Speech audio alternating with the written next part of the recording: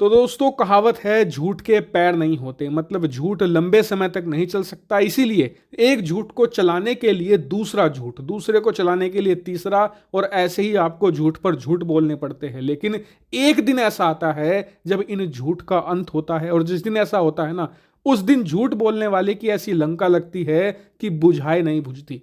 ऐसी ही लंका अब चीन और चीन के हथियार मार्केट की लग चुकी है। आप जानते ही हैं कि पिछले कुछ सालों में चीन ने बम्पर हथियार बेचे हैं। 50 से ज्यादा देशों को पिछले कुछ सालों के अंदर चीन लगातार हथियार बेच रहा है, और इससे उसकी मोटी कमाई भी हुई है। इस बात से इनकार नहीं किया जा सकता। और आप जानकर हैरान होंगे कि पिछले 4 सालों में एक वक्त तो ऐसा भी आया था जब चीन ने रूस को पछाड़ दिया था हथियार बेचने में, और वो दुनिया के अंदर नंबर 2 पर आ गया था, अमेरिका के ठीक बाद। इससे आप अंदाजा लगाइए कि चीन हथियार बेचने के मामले में कैसे रिकॉर्ड पर रिकॉर्ड तोड़ रहा था। लेकिन अब यही रिकॉर्ड चीन की पूरी हथियार इंडस्ट्री पर तबाही बनकर टूट रहे हैं। दरअसल आप अपनी स्क्रीन पर देखिए, रिपोर्ट निकलकर सामने आई है कि पिछले 1.5 सालों के अंदर चीन का जो हथियार साम्राज्य है वो बुरी तरीके से औंधे मुंह गिरा है। और कितना गिरा है?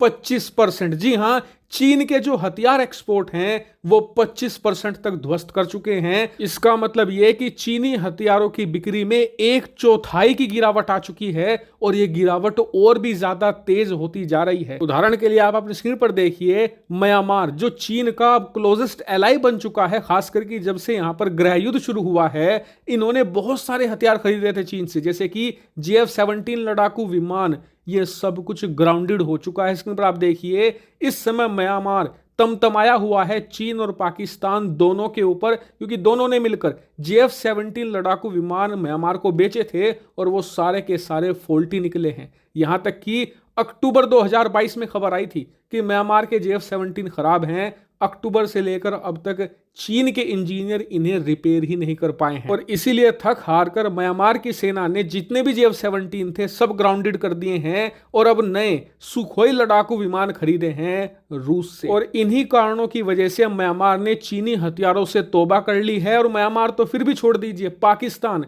जिसे दुनिया में कोई हथियार देने वाला ही नहीं मौजूद, उसके पास कोई ऑप्शन ही नहीं है, उसने भी चीनी हथियारों से तौबा कर ली है। वो भी अब तुर्की से छुटपुट हथियार खरीद रहे हैं। लिटरली हाथ जोड़ लिए हैं पाकिस्तान की सेना ने चीनी हथियारों से। वहीं इस रिपोर्ट में यह बात का भी खुलासा हुआ है कि कैसे चीन ने एक बार को हथियार बेचने के मामले में रूस को भी पछाड़ दिया था। दरअसल इसके लिए भी चीन ने डेब्ट ट्रैप रणनीति अपनाई थी, मतलब कर्ज के जाल में फंसाकर तब हथियार बेचे। वो कैसे? दरअसल रिपोर्ट में बताया गया है कि 2014 से लेकर 2020 के बीच में चीन ने 2 दर्जन से भी ज्यादा अफ्रीकी और एशियाई देशों को यह ऑफर दिया था कि आप हमारे अत्याधुनिक अल्ट्रा एडवांस हथियार खरीदिए, और ये सस्ते होंगे पश्चिमी देशों और रूस के मुकाबले, इनकी क्वालिटी बेहतर होगी, और सबसे खास बात, आपके पास पैसा हो या ना हो कोई बड़ी बात नहीं, आपको फिलहाल एक चवन्नी भी नहीं देनी। जब आपके पास भविष्य में पैसा हो तब हमारा पैसा चुका देना।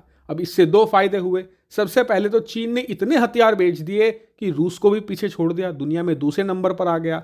दूसरी सबसे बड़ी बात, जिन देशों ने हथियार खरीदे वो चीन के कर्ज जाल में फंस गए, और बहुत बुरी तरीके से। और फिर इन हथियारों का कर्ज उतारने के लिए, इनका ब्याज चुकाने के लिए जब इन छोटे देशों के पास पैसे नहीं थे, तो चीन ने इन्हें और लोन दिया, और उस लोन से इन छोटे देशों ने चीन के पुराने हथियारों के कर्ज का ब्याज चुकाया। और यकीन मानिए इससे चीन को इनॉर्मस फायदा हुआ। सबसे पहला तो यह कि छोटे देश कर्ज के जाल में फंसकर चीन के चक्रव्यूह में आ गए।